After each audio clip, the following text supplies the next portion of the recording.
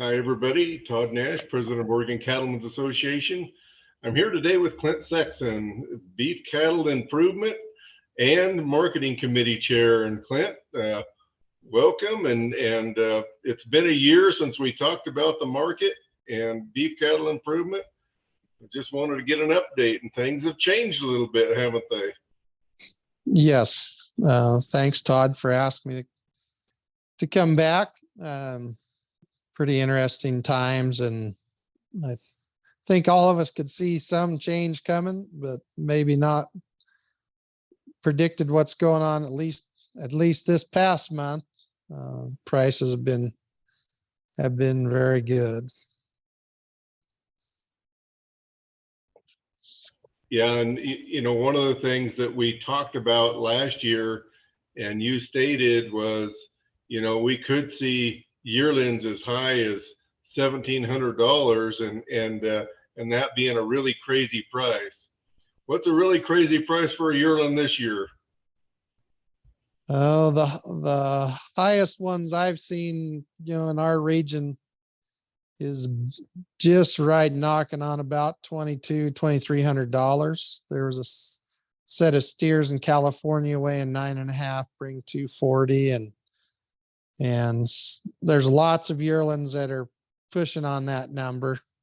But and I think what separates some of them is the cattle that are programmed to be successful from the standpoint of meeting a lot of markets for the end buyer. Those cattle are bringing more money, but even what I would consider, off the ranch, more commodity driven cattle, that have maybe multiple ownerships to make up a stocker operation, those cattle have traded very well as in this month's video sales for sure. Yeah, and we've seen some of those video sales just take off and be nuts. A lot of cattle in Western video, that some of those bigger end yearlings were averaging $2,400. Yeah, they were doing well, and it was one of the first times I've seen this happen, comparing the Western cattle to Midwestern cattle, is that sale did as well.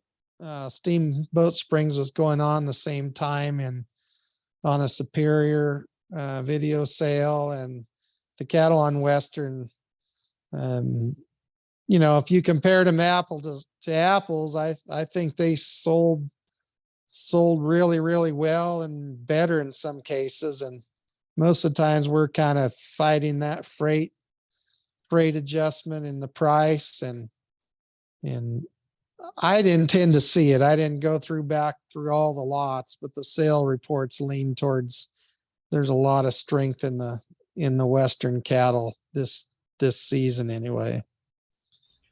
Yeah, I was seeing the same thing, and it's really great to see our cattle producers stand a chance of having a very profitable year this year, with feed prices coming down and cattle prices going up. At what point does it become unhealthy, though, Clint? You want to talk about your perspective on that? Yeah, I mean, I think if you look at the butcher cow price and butcher bull price, to me, I'm really watching that to see how close they get to the fat price. And, we're talking 180s on the fat steer, this week. There's kind of been a little bit slower trade in some of the reports I've seen, but it's not uncommon for the average run of the mill cow, in those Midwestern states to be $1.05 to $1.10, and the good cows really pushing up $1.15 to $1.20, which it's not that long ago that a fat steer, that was kind of what some of those fat steers were worth. And to me, that tells us that, we're relying on cows to help, shortage and inventory in a time when we shouldn't be, but it's a more affordable product to put out in front of the consumer. And I think I've had this discussion with you, Todd, and other people is, with inflation the way it is, although it has softened a little bit over the last couple months, these families are doing all they can with especially a two-income family, uh, to buy a protein product. And I think we're still price competitive, but I think some families are probably going without a protein product just because of these prices are pretty high, in the retail store. And, I think probably what they're getting in some of these cases is maybe not what we consider our very best beef in terms of fat steers and heifers, but I think we're substituting the cow, maybe in some cases, the young cow heiferette market into those more affordable options for the consumer.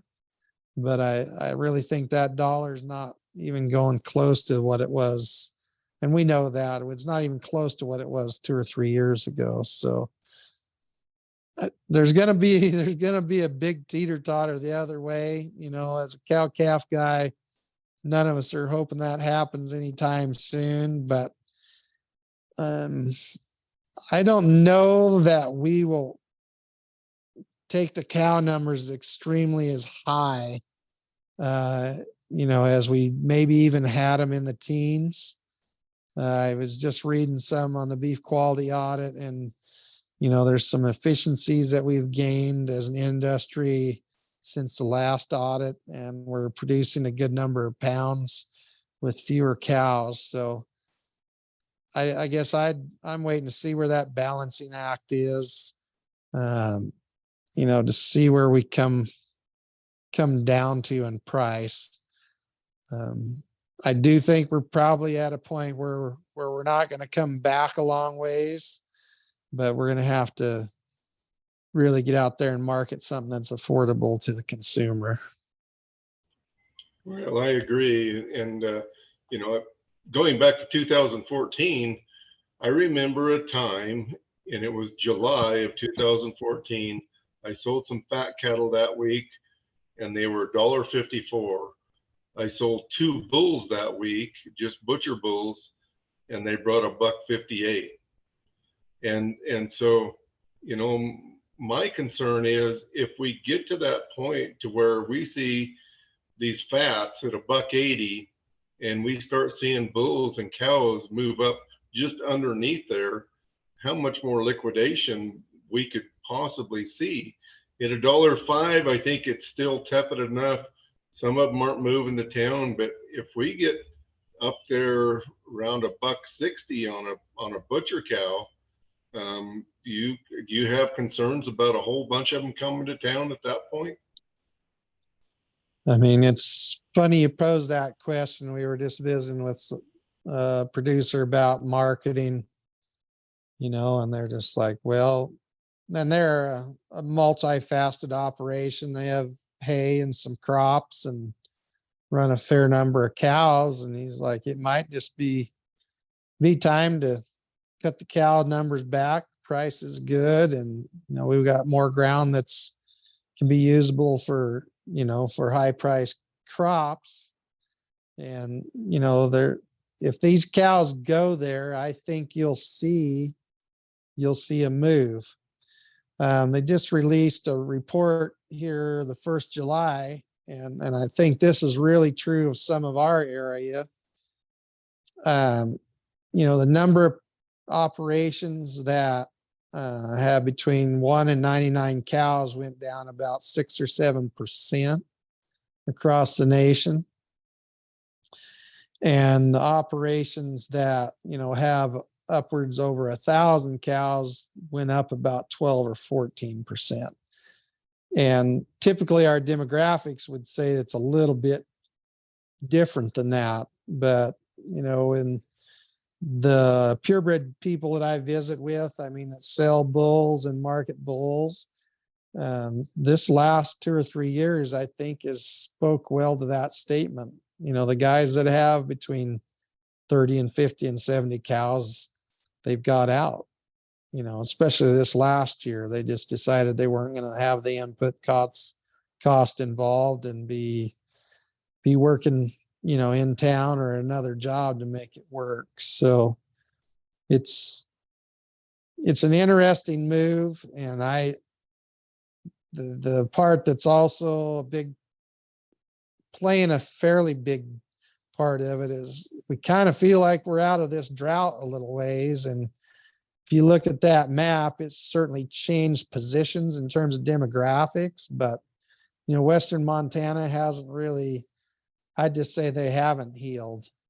And then you look at Missouri and those states that touch Missouri, Kansas had the largest liquidation here, over a 12-month running total. Missouri is in a real tough spot where liquidation's on their mind.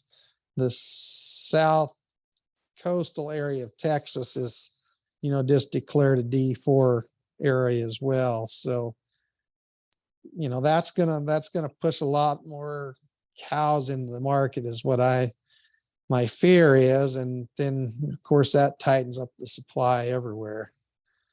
And, we're in the hopes that we're going to go back into a building stage, but not everything in the puzzle has come together for it to really happen. Yeah. Well, thanks for that. I wasn't even aware of some of that, especially in Texas. I had heard that there in Missouri, where there's a huge concentration of cattle, that they were having a drought there that they just typically don't have, and they're not equipped for. And so the way they mitigate it is they sell off, and there's been tremendous amount of cows going to town. I had heard that. So, and Kansas, of course, being their neighbor right there as well, makes sense that they would be impacted. Well, Clint, advice.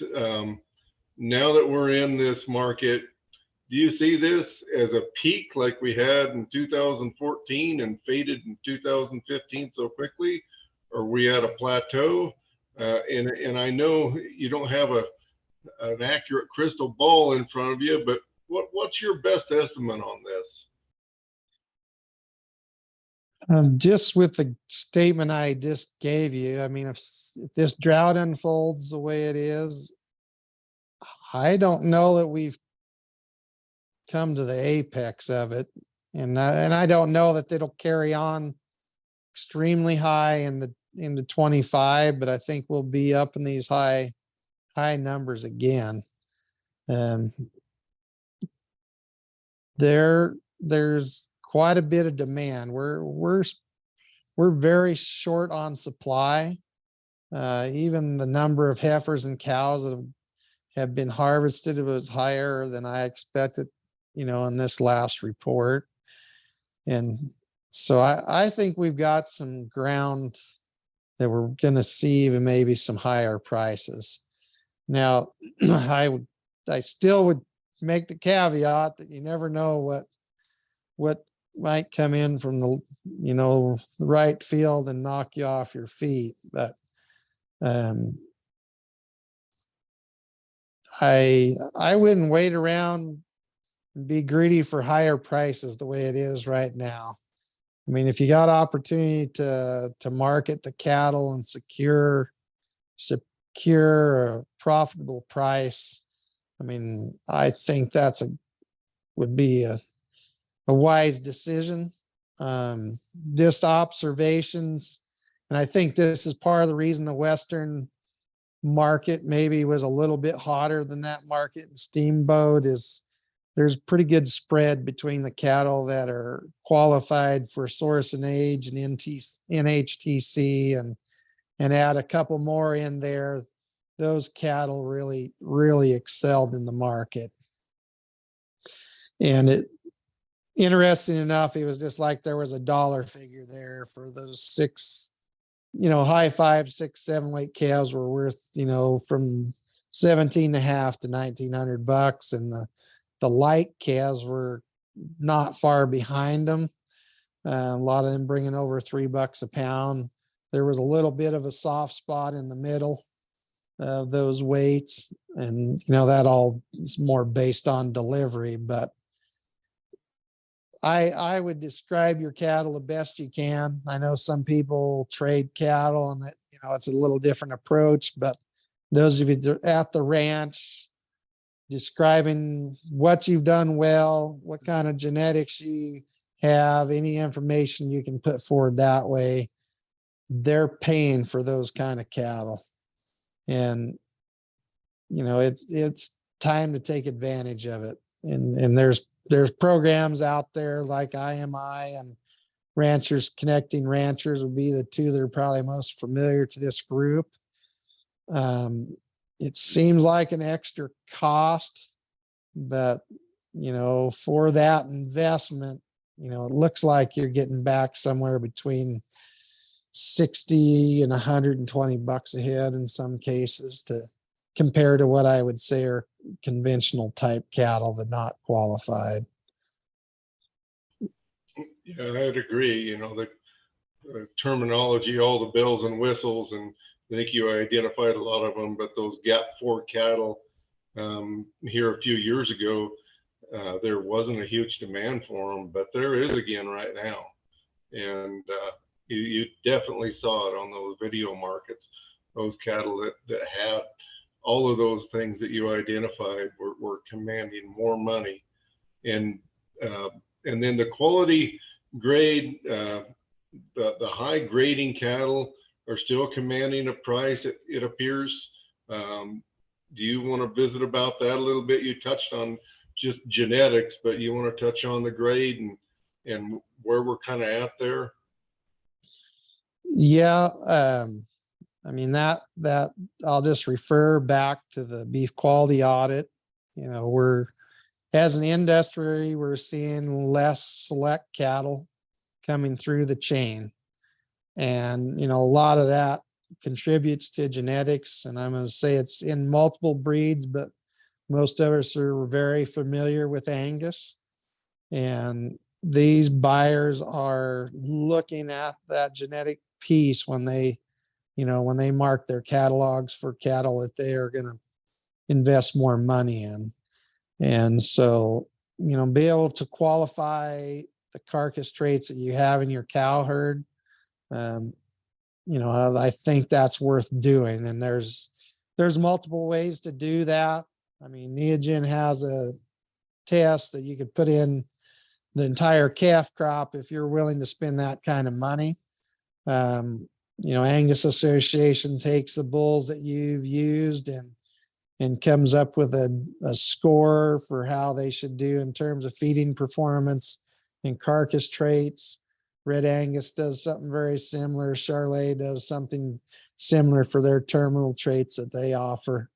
That for bulls that have genetically enhanced EPDs. And the associations are very proactive to get that information back to the catalogs, so it's available for those potential buyers. And in what I do, I mean, there's a huge push, I would say, to be in the top third for those traits like marbling and ribeye. And so that's something that, is in people's minds all the time when they're making those purchases. Yeah. One other thing I want to talk about is with these feed costs going down, we can expect that these carcass weights likely going to go up again, and we're going to see even a higher grade than what we have this last year with the higher beef or lower carcass weights. That's gonna supplement some of the lack, and you touched on it earlier, but some of the lack of total volume of beef out there. How much impact can that really have, though? Well, I mean, if you look at COVID, we know it can have a sizable impact. A lot of them carcasses were pushing up there on 1,000, on a weekly basis. And, it was putting more beef out there, and we had a demand for it at that time. And if you've watched it lately, and we're in optimum time that we should see some lighter carcass weights with calf feds coming out. But last week, for instance, the week over week compared to last year was up 8 or 9 pounds in carcass weight. So I think if the cattle are doing it efficiently, I think the feeders are going to try and factor that in. And I suspect we'll see the carcasses go back up. It's in the high eights right now for average. I expect we're going to see them pushing on the 9.25 up to 9.5 as we push through. And if these feed prices come through the harvest season and stay a little bit lower, I think we're going to see the push on efficiency at the chain. And so those packers are going to ask for more pounds to process, especially if this thing gets wild and we see a $2 fat steer. I guarantee you they're going to want them to weigh as much as possible to help with efficiency at the chain. Yeah, I agree. Yeah. And I think it has a substantial impact in the end. Clint, I saw that you and your family got to go over to Hawaii and you got to judge a contest over there. That must have been a lot of fun. I just wanted to acknowledge that. And do you want to tell us what fair you judged over there and what you did?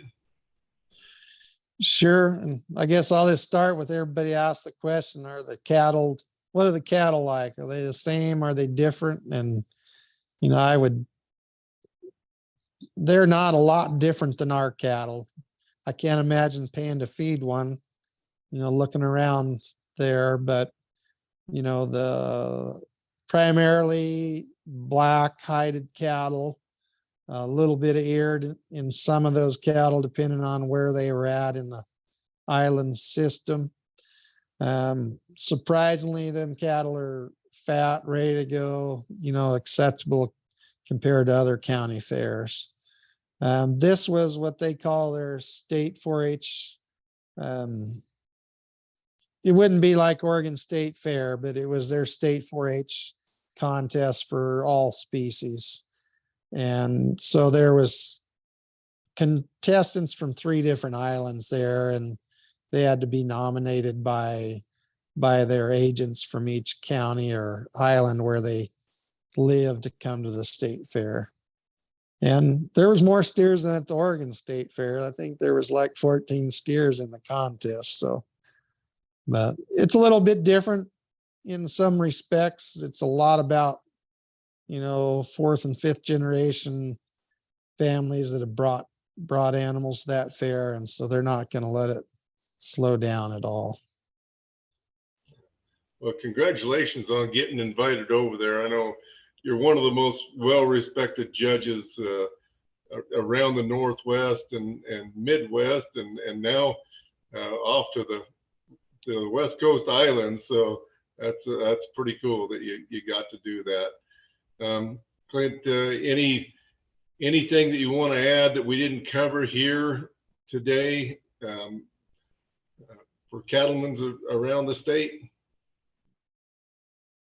No, I mean, I would just say a lot of times we get caught up in trying to make sure hay gets put up and irrigation taken care of, but there's always a good time to market cattle, and I think there's exciting summer and fall coming up. And if you can find a good niche or spot for the cattle,